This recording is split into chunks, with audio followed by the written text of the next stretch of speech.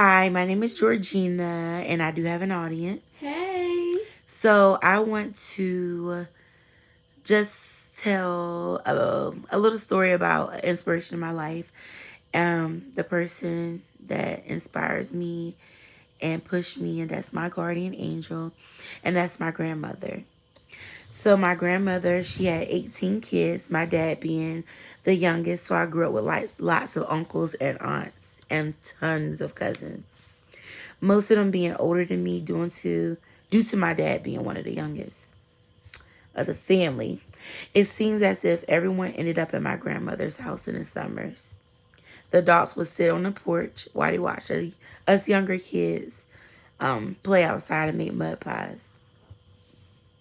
Growing up, my mom and my dad, they would work long hours, and sometimes we didn't see them until the wee hours of the night.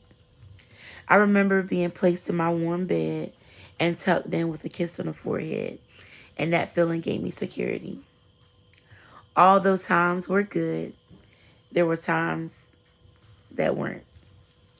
At a young age, my parents did get a divorce, leaving my mom to have me and my brother Monday through Thursday, and then my dad having us Friday through Sunday.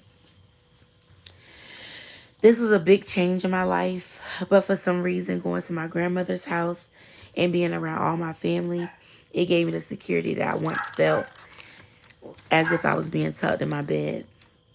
As time passed and I got older and wiser, my grandmother got older and sicker. One day, while playing outside with my friends, my mother called my brother and I in the house, and she explained to us that my grandmother was in ICU and that things weren't looking so good. I said okay, and I went back outside to play with my friends, putting everything that my mom said in the back of my mind. I'm unsure how much time had passed, days, hours, minutes. I don't really remember, but I do know that time came when I sat in the third row of my grandmother's funeral, and I had on a navy blue dress and white stockings. And I picked at these stockings to avoid looking up at my grandmother's sky blue casket. From that day forward, going to my grandmother's house wasn't the same. Not so many aunts and uncles came around. It seemed that as if that very moment I realized that I lost my last place of security. Time continued to pass.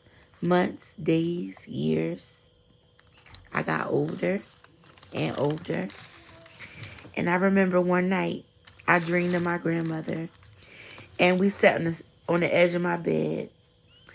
And as I looked in her face, she was so proud. And she spoke a few words to me.